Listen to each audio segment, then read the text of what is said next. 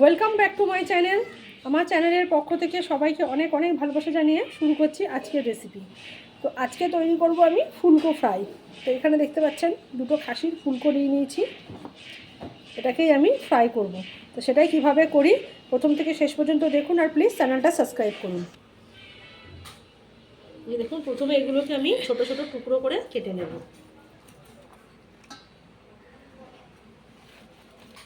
দেখুন এই যে এরকম সাইজ করে কেটে নিচ্ছি।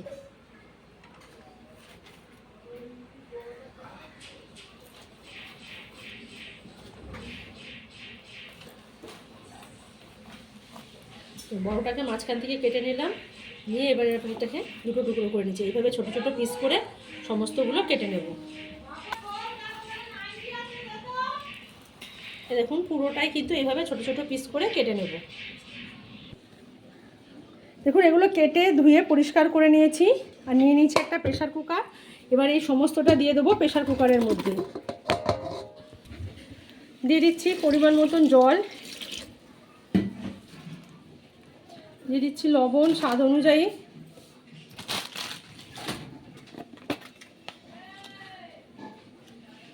হলুদ গুঁড়ো অল্প,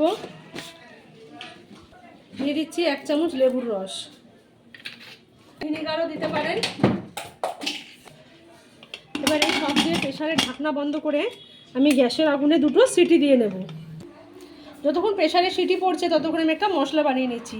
দিয়ে দিচ্ছি শুকনো লঙ্কা, রসুন, আর নিয়ে নিচ্ছি পেঁয়াজ। এই রান্নাটায় কিন্তু আদা লাগে না। একটা আমি পেস্ট বানিয়ে নিচ্ছি। প্রেশারে দুটো সিটি দেওয়া হয়ে গেছে এবং প্রেশারটা বসেও গেছে। এবার প্রেশারটা খুলছি।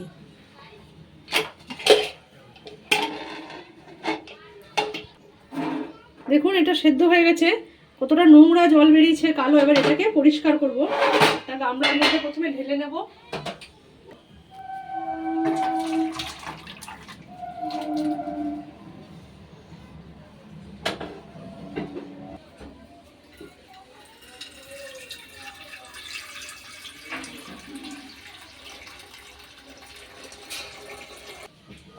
এবার এগুলোকে আরও আমি দুবার ঠান্ডা জল দিয়ে ভালো করে ধুয়ে পরিষ্কার করে নেব। দেখুন এবার এগুলোকে কিন্তু আমি জল দিয়ে ধুয়ে ভালো করে পরিষ্কার করে নিয়েছি। একটুও কিন্তু এর মধ্যে আর কোনো নোংরা নেই। দেখুন একদম পুরো চকচকে করে পরিষ্কার করে নিয়েছি। এবার বাকি রান্নাটা করব। বাকি রান্নাটার জন্য কড়াইতে দিয়ে দিয়েছি সর্ষের তেল, দিয়ে দিচ্ছি একটা তেজপাতা 2 টুকরো করে, 3টে ছোট এলাচ মুখটা আমি ফাটিয়ে নিয়েছি, আর দিয়ে দেবো সামান্য একটু সাদা জিরে,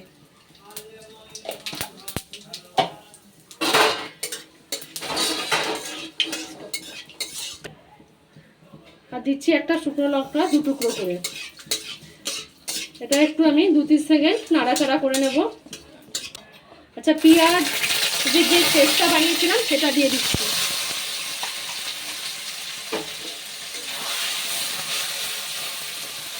এবার এই মিক্সির বাটিটা ধুয়েও এর মধ্যে অল্প পরিমাণ জল দিয়ে দেবো।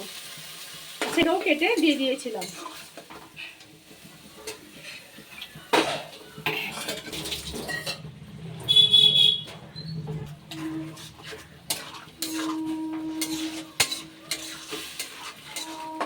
ফুলকোটা কিন্তু আমার নুন হলুদ দিয়ে সেদ্ধ করা আছে, তাই নুনের আন্দাজটা কিন্তু আন্দাজ মতন দিতে হবে।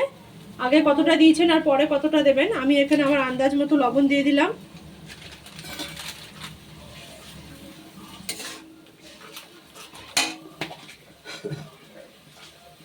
হলুদ গুঁড়ো, জিরের গুঁড়ো, শুকনো লঙ্কার গুঁড়ো। লঙ্কার গুঁড়োটা যে যার পছন্দ মতন দেবেন। দিয়ে দিচ্ছি ধনের গুঁড়ো। এটা আমি অল্প একটু সময় আগে কষে নেব।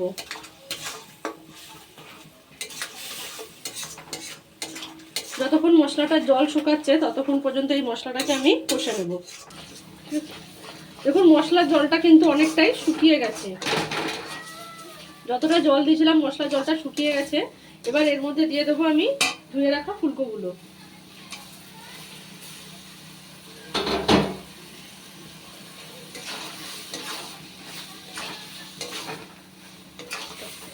আচ্ছা, এখানে আছে অল্প একটু খাসির চর্বি, এটাকে আমি ধুয়ে নুন হলুদ মাখিয়ে রেখেছি, সেটাও এর মধ্যে দিয়ে দিচ্ছি। এবার এই দুটোকে একসাথে দিয়ে খুব ভালোভাবে কষাবো। এখানে কিন্তু জল দেওয়ার দরকার নেই, আপনাদেরও বলবো জল দেবেন না। এভাবে এটাকে শুকনো অবস্থায় একটু পরে দেখবেন এটা থেকে অল্প পরিমাণ জল ছাড়তে শুরু করে দেবে। যেটাকে মশলার সাথে খুব ভালোভাবে মিশিয়ে নিয়েছি। এবার এটাকে আমি ঢাকা দিয়ে দিচ্ছি। 5-6 মিনিট পর ঢাকাটা খুলছি।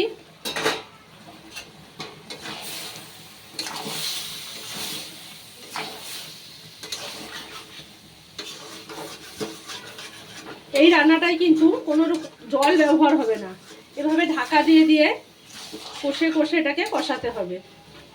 পুরো যখন একদম মশলার সাথে এটা ভাজা ভাজা হয়ে যাবে তখন নামিয়ে নেব। তা কিন্তু খুব ভালোভাবে মিশিয়ে দিয়েছে এবং নেড়ে ভালো করে একদম মশলার সাথে সমানভাবে মিশে গেছে। এবার এটাকে আবারও আমি ঢাকা দিয়ে রাখবো বেশ কিছুক্ষণ সময়ের জন্য। এইভাবেই ঢাকা দিয়ে দিয়ে এটাকে রান্না করে নেব। আরও কিছুক্ষণ পর ঢাকাটা খুলছি। দেখুন চারপাশ থেকে কিন্তু সুন্দর এটা ফুটছে। আমি কিন্তু এখানে গ্যাসের আগুনটা লো রেখেছি, যেহেতু এই রান্নাটায় জল ব্যবহার হবে না, হাই হিটে করলে কিন্তু পুড়ে যাবে। তাই গ্যাসের আগুনটা লো করে ঢাকা দিয়ে দিয়ে এভাবে করতে হবে। এবার এটা কিন্তু হয়ে গেছে। আমি এটা গ্যাসের আগুনটা এবার হাই ফ্লেমে করে দিয়েছি। হাই ফ্লেমে এটাকে 2 থেকে 3 মিনিট এভাবে নেড়ে নেড়ে ভেজে নেব। তৈরি হয়ে গেছে আমার ফুলকো ফ্রাই। দেখুন তৈরি হয়ে গেছে আমার ফুলকো ফ্রাই। একটুও কিন্তু ঝোল নেই, পুরো এটা একদম শুকনো ভাজা ভাজা হয়ে গেছে। এবার এর মধ্যে দিয়ে দেবো অল্প শাহি গরম মশলার গুঁড়ো। আপনারা যদি চান এখানে কিন্তু মিট মশলাও দিতে পারেন। আমি দিচ্ছি শাহি গরম মশলার গুঁড়ো। গ্যাসের আগুনটা কিন্তু আমি বন্ধ করে দিয়েছি। গরম মশলার গুঁড়ো দিয়ে ঢাকা দিয়ে রাখবো 5 মিনিট, তারপরেই পরিবেশন করব। তো গরম মশলার গুঁড়োটা খুব ভালো করে মিশিয়ে নিচ্ছি। হয়ে গেছে। এবার এটাকে আমি ঢাকা দিয়ে রাখছি 5 মিনিটের জন্য। লাইটটা বাড়া। তৈরি হয়ে গেছে আমার ফুলকো ফ্রাইয়ের রেসিপি।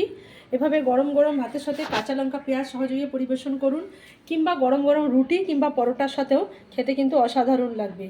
প্লিজ রেসিপিটি ট্রাই করে কমেন্ট করবেন আর আমার চ্যানেলটা সাবস্ক্রাইব করবেন। লাইক শেয়ার কমেন্ট করে পাশে থাকবেন। সকলকে অনেক ধন্যবাদ।